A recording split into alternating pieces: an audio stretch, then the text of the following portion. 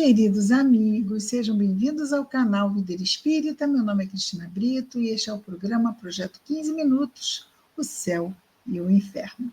Aqui, diariamente, nós estudamos por mais ou menos 15 minutos a quarta obra da codificação espírita, realizada por Allan Kardec, O Céu e o Inferno. Estamos atualmente na primeira parte das duas deste livro, que trata da doutrina. E estamos no capítulo 1, no subitem O Futuro e o Nada. Hoje vamos para o item 4, e Kardec nos traz assim.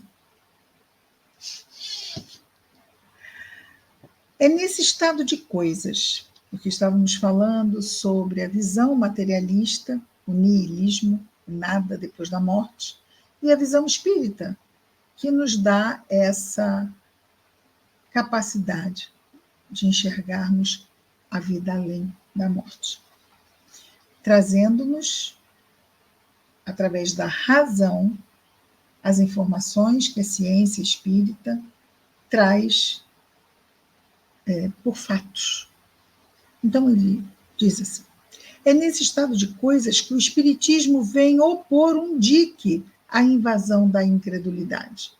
Então, quando o mar, muitas vezes, sobe, ou em ressacas, não é? Em tempestades, muitas vezes constroem-se diques à beira-mar para que ele não destrua a cidade que possa estar próxima ao mar.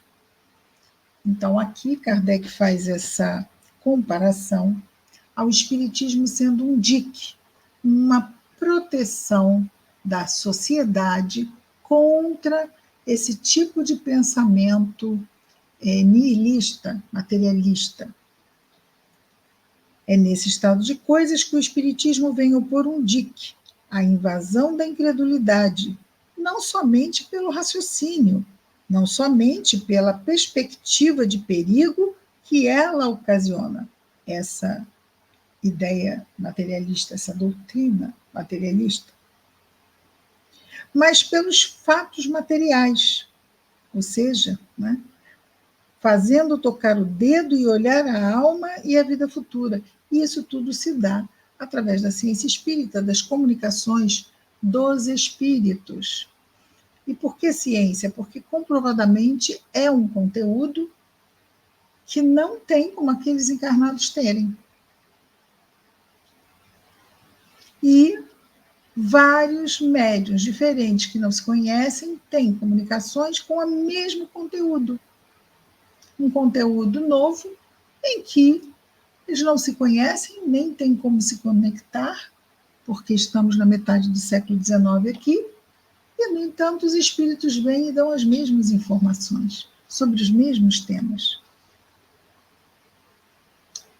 Então, ele fala dizer assim, traz mais essa ideia, fazendo tocar o dedo e olhar a alma e a vida futura. Ou seja, traz para a nossa materialidade, não é? Porque afinal são mesmo comunicações, não são intuições. E ele continua dizendo-nos: cada um é livre, sem dúvida, em sua crença, em crer em alguma coisa ou não crer em nada. Tipo, sem problema, você crê no que você quiser. Mas aqueles que procuram fazer prevalecer no espírito das massas, da juventude, sobretudo, nossa, século XXI, não mudou nada, não é? Na juventude, ou da juventude, no espírito das massas, no espírito da juventude, sobretudo, a negação do futuro, apoiando-se na autoridade do seu saber ou no ascendente da sua posição, semeiam na sociedade os germes da perturbação e da dissolução. Por quê? Porque nada passa a ter importância, nada tem sentido, como vimos no niilismo. A negação dos valores, negação do valor da família, do valor da vida. Fica tudo em xeque. O que vem daí? Uma sociedade caótica. Lembra alguma coisa do século XXI? Todos não? Cada um tire a sua conclusão. Vamos refletir. E incorrem em uma grande responsabilidade, claro, Nós somos responsáveis pela harmonia ou pelo caos que favorecemos. E, como responsáveis, vamos ter que aceitar as suas consequências. Quando são boas, que bom, graças a Deus. Fizemos coisas boas que nos trazem boas consequências. Mas quando são más, as escolhas, as consequências são igualmente dolorosas para nós, porque precisaremos corrigir o nosso erro, principalmente quando o nosso erro prejudica outras pessoas. Item 5. Há uma outra doutrina que nega ser materialista, porque admite a existência de um princípio inteligente fora da matéria, e é a da absorção no todo universal. É a doutrina panteísta. Saímos do todo, morremos, voltamos para o todo. Saímos do todo, não temos individualidade. Estamos aqui com uma individualidade, mas quando morremos, perdemos a individualidade e voltamos para o todo. Isso é tão angustiante. Eu acho que é tão quanto, não sei o que é pior. Virar nada ou virar nada, porque se perdemos a nossa individualidade, estamos de novo diluídos no todo. Como personalidade, voltamos o que é nada. Segundo esta doutrina, cada indivíduo assimila ao nascer uma parcela desse princípio, né? Esse princípio inteligente do todo universal, que constitui sua alma e lhe dá a vida, a inteligência e o sentimento. Na morte, essa alma retorna ao foco comum e se perde no infinito como uma gota d'água no oceano. Essa doutrina, sem dúvida, é um passo adiante sobre o materialismo puro, uma vez que admite alguma coisa, ao passo que a outra, o materialismo, não admite nada. Mas suas consequências são exatamente as mesmas, como estávamos a falar, não é? Uma gota no oceano, cai no oceano e vira o quê? O oceano deixa de ser gota. A gota não tem consequências, para o espírito tem, não é? Que o homem seja mergulhado no nada ou no reservatório comum é a mesma coisa para ele. Se no primeiro caso ele é aniquilado, não tem nada depois, no segundo, perde sua individualidade. É, pois, como se ele não existisse mais. As relações sociais não estarão menos inteiramente rompidas. O essencial para ele é a conservação do seu eu. Sem isso, o que lhe importa ser ou não ser? O futuro para ele é sempre nulo, e a vida presente é a única coisa que lhe é interessante e que o preocupa, que realmente importa. Do ponto de vista das suas consequências morais, essa doutrina panteísta é tão malsã, tão desesperadora, tão excitante do egoísmo, quanto a do materialismo propriamente dita. Ficou tranquilo essa questão? Qualquer coisa, coloca nos comentários. Acho que dá ainda para ver aqui o item 6. Continua Kardec. Por outro lado,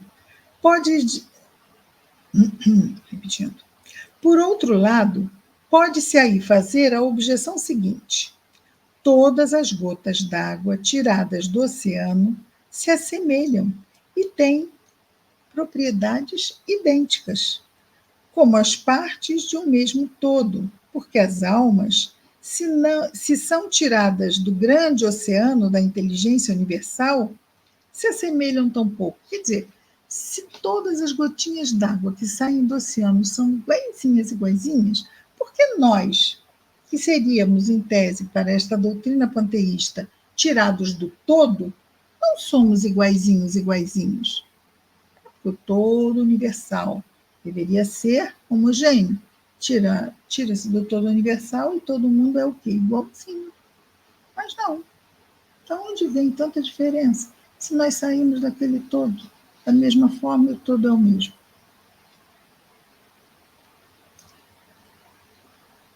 Por que o gênio ao lado da estupidez? As mais sublimes virtudes ao lado dos vícios mais ignóbeis, mais terríveis.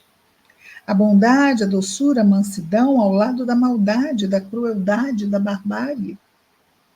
Como as partes de um todo homogêneo podem ser tão diferentes umas das outras?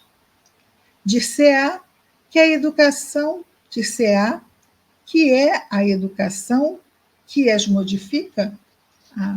E as que não têm educação, da mesma forma, crescem, imaginemos. A educação dará o quê? Um pendor para isto, um tipo de educação A, um tipo de educação B. Vejamos o que nos diz Kardec.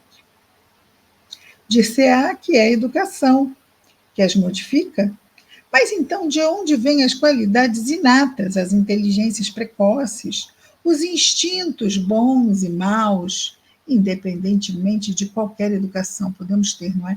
Dois irmãos educados na mesma família, mesmos valores, com tudo igual. E, no entanto, um é de um jeito e outro de outro jeito, totalmente diferente.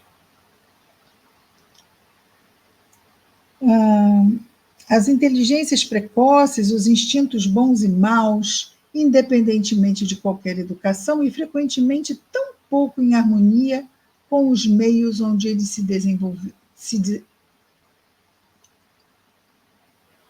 E frequentemente tão pouco em harmonia com os meios onde eles se desenvolvem. E conclui dizendo-nos: a educação, sem dúvida nenhuma, modifica as qualidades intelectuais e morais da alma. A educação é importantíssima. Mas aqui se apresenta uma outra dificuldade. Quem dá à alma a educação de fazê-la progredir? Outras almas que, pela sua origem comum, não devem ser mais avançadas. Por outro lado, vou repetir, outras almas que, pela sua origem comum, não devem ser mais avançadas. Por outro lado, a alma, reentrando no todo universal, esse panteísmo, de onde havia saído depois de ter progredido durante toda a sua vida, aí leva um elemento mais perfeito, de onde se segue que tudo deve, com o tempo, se encontrar profundamente modificado e melhorado. Como ocorre que daí saiam incessantemente almas ignorantes e perversas? Ou seja, se aqui na carne muitos vão amadurecendo e melhorando, deveriam voltar ao todo universal e o todo universal ia se melhorando e saírem almas cada vez mais aperfeiçoadas, mas não é isso que acontece. Continuam nascendo seres ainda endurecidos no mal. E também aí a linha de entendimento dessa visão fica distorcida. De todo, já não fazia sentido, mas aqui Kardec levanta essas questões que nos ajudam mais ainda a compreender a falta de sentido dessa doutrina, que é o panteísmo. Lá no início do Livro dos Espíritos, Kardec vai falar sobre isso, não é? Muito bem. Amanhã retornamos com mais um projeto 15 minutos, o céu e o inferno. Até lá, muita paz a todos.